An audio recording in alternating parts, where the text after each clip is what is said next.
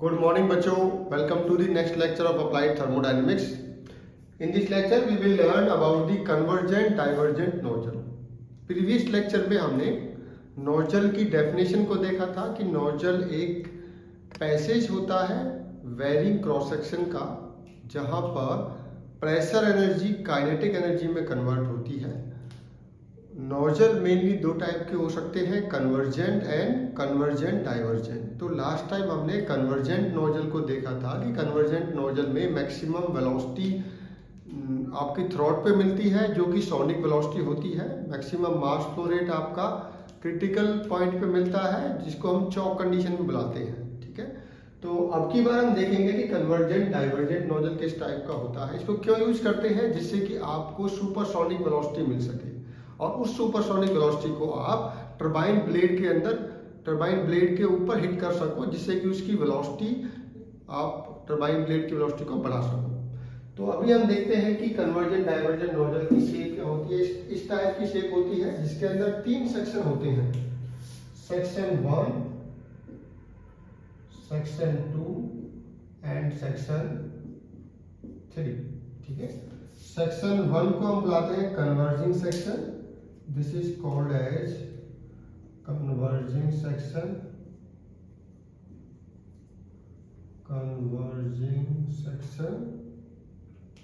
Section 2 is known as throat, and section 3 is known as diverging section.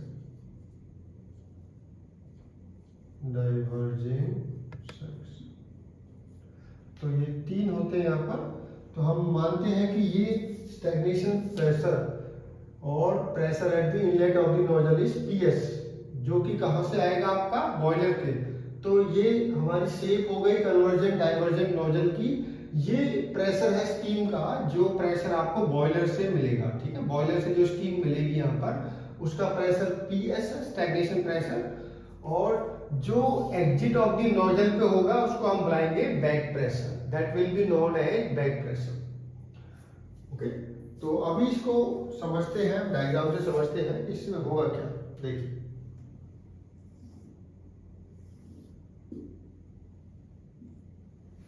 इसमें diagram हम बनाते हैं stagnation pressure और लेंथ ऑफ द नोजल के बीच. Okay, इन दोनों के बीच में हम इसमें डायग्राम बनाएंगे.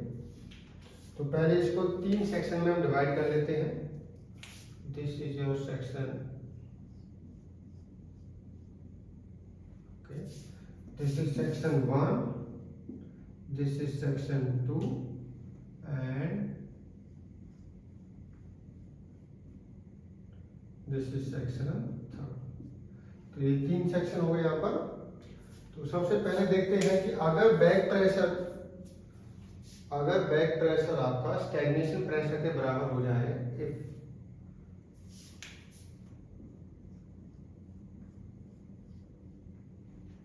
इसको थोड़ा सा यहाँ पर बनाते हैं.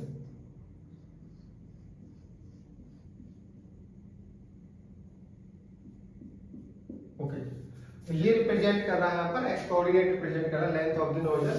यहां से यहां तक आपका कन्वर्जिंग सेक्शन है, ये आपका थ्रॉट है, ये आपका डाइवर्जिंग सेक्शन है. ठीक है, तो अगर बैक प्रेशर आपका स्टैग्नेशन प्रेशर के बराबर हो जाए तो कोई भी फ्लो नहीं होगा, there will be no flow. ठीक है, क्योंकि स्टैग्नेशन प्रेशर की वैल्यू तो फिक्स है आपकी. मान लेते हैं ये स्टैग्नेशन प्रेशर है और ये बैक प्रेशर है आपका. ठीक है, जो आप वेरी किसको करोगे, बैक प्रेशर को वेरी करेंगे. हम बैक प्रेशर की वैल्यू को कम करते देखेंगे हम कि वेलोसिटी को कितना इंक्रीज कर सकते हैं हम, कि हमें किस टाइप से वेलोसिटी इंक्रीज होगी. तो फर्स्ट हमने देखा कि स्टैग्नेशन प्रेशर तो फिक्स है. बैक प्रेशर की वैल्यू को आपने कहां पर रखा, सपोज बैक प्रेशर आपने यहां पर रखा, तो कुछ ऐसा बिहेवियर मिलेगा आपको. क्या होगा, पहले कन्वर्जिंग सेक्शन में आपका प्रेशर रिड्यूस होगा, वेलोसिटी इंक्रीज होगी, और डाइवर्जिंग सेक्शन में आपका प्रेशर इंक्रीज होगा और आपका वेलोसिटी डिक्रीज होगी। ठीक है, देखिए यहाँ पर देख सकते हो कन्वर्जिंग सेक्शन में प्रेशर डाउन हो रहा है, वेलोसिटी बढ़ रही होगी। उसी टाइप से डाइवर्जिंग सेक्शन में आपका प्रेशर इंक्रीज हो रहा है, वेलोसिटी डिक्रीज हो रही होगी। तो ये चलता रहेगा कब तक?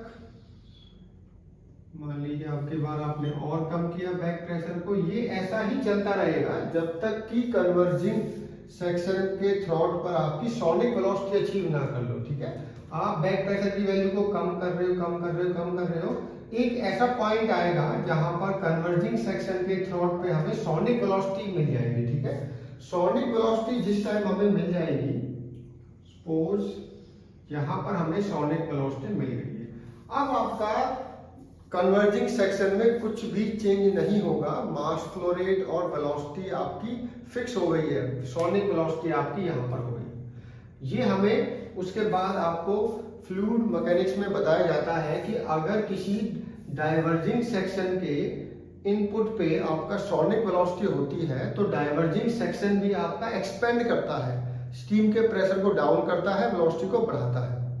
ठीक है, तो दैट मीन्स कोई भी डाइवर्जिंग सेक्शन अगर उसके इनलेट पे सोनिक वेलोसिटी को हम डालते हैं, सोनिक वेलोसिटी के फ्लूइड को हम एंटर कराते हैं, तो वो डाइवर्जिंग सेक्शन भी एक प्रेशर रिड्यूसिंग डिवाइस बन जाता है या एक्सपेंशन डिवाइस बन जाता है। ठीक है, तो इसके बाद हम देखते हैं, इसको थोड़ा सा हम इंक्लाइन कर देते हैं जिससे कि आपकी लाइन स्ट्रेट बने।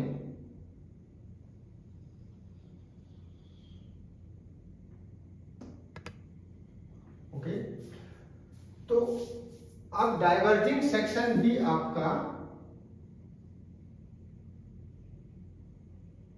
क्या करेगा? प्रेशर को रिड्यूस करेगा, अगर आप बैक प्रेशर को यहां पर रखते हो। चलो इसको नाम देते हैं हम इसको, suppose this is A, B, C and D।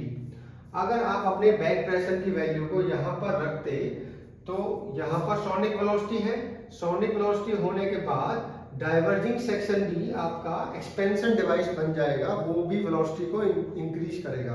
But अगर गलती से आपने प्रेशर को यहां पर रख दिया, ठीक है, तो क्या होगा? आफ्टर मूविंग सर्टेन डिस्टेंस आपका प्रेशर ड्रास्टिकली बढ़ेगा और ये आपका फिर इस पॉइंट पर पहुंचे। इसको बुलाते हैं नॉर्मल शॉक। अगर आप प्रेशर को आपको रखना यहां पर चाहिए था, ठीक है, यहाँ इस पॉइंट पर ऑपरेट करना चाहिए था आपको।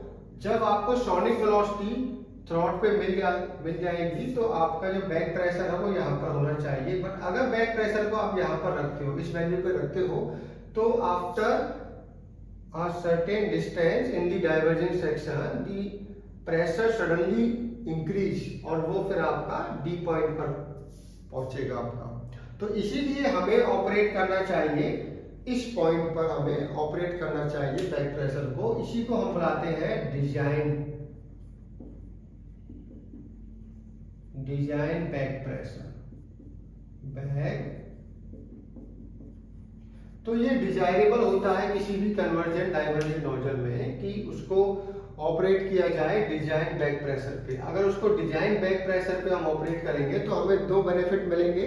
फर्स्ट, आपको मैक्सिमम डिस्चार्ज मिलेगा क्योंकि सोनिक वेलोसिटी आप यहाँ पर अचीव करोगे। सेकेंड, आपको सुपरसोनिक वेलोसिटी मिलेगी at the exit of the nozzle. तो दैट मीन्स अगर बैक प्रेशर आपका डिजाइन बैक प्रेशर के बराबर होगा तो आपको वेलोसिटी कितनी मिलेगी? आपको then you will get the velocity at the exit supersonic velocity, और आपको डिस्चार्ज कितना मिलेगा? Maximum discharge, maximum mass flow rate और डिस्चार्ज मास फ्लो रेट।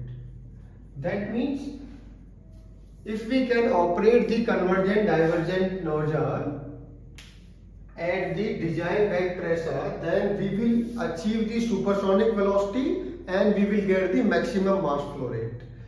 तो इसीलिए हम डिजायरेबल होता है कि हम बैक प्रेशर पे ऑपरेट करें। अगर आप बैक प्रेशर पे ऑपरेट नहीं करोगे, उससे ज्यादा प्रेशर रखोगे, तो आपको वहां पर नॉर्मल शॉक वहां पर ऑब्जर्व करोगे। नॉर्मल इसलिए बुलाते हैं क्योंकि ये बिल्कुल नॉर्मल, ठीक है, उसी जगह पर ड्रास्टिकल इंक्रीज होता है, नॉर्मल डायरेक्शन में होता है आपका, ड्रास्टिकली शॉक मिलता है आपको, शॉक वेव मिलती है, और इसीलिए इसे नॉर्मल शॉक वेव बुलाते हैं। ठीक है, तो इसमें क्या किया हमने, स्टैग्नेशन प्रेशर को फिक्स करके बैक प्रेशर की वैल्यू को चेंज करके देखा। तो हमारा बिहेवियर इस टाइप से था कि स्टार्टिंग में कन्वर्जेंट नोजल आपका प्रेशर को रिड्यूस कर रहा था, डाइवर्जेंट सेक्शन आपको प्रेशर को इंक्रीज कर रहा था। बट एक टाइम ऐसा आया जब आपको थ्रोट पे वेलोसिटी आपकी सोनिक वेलोसिटी हो गई, उसके बाद डाइवर्जेंट सेक्शन भी आपका प्रेशर को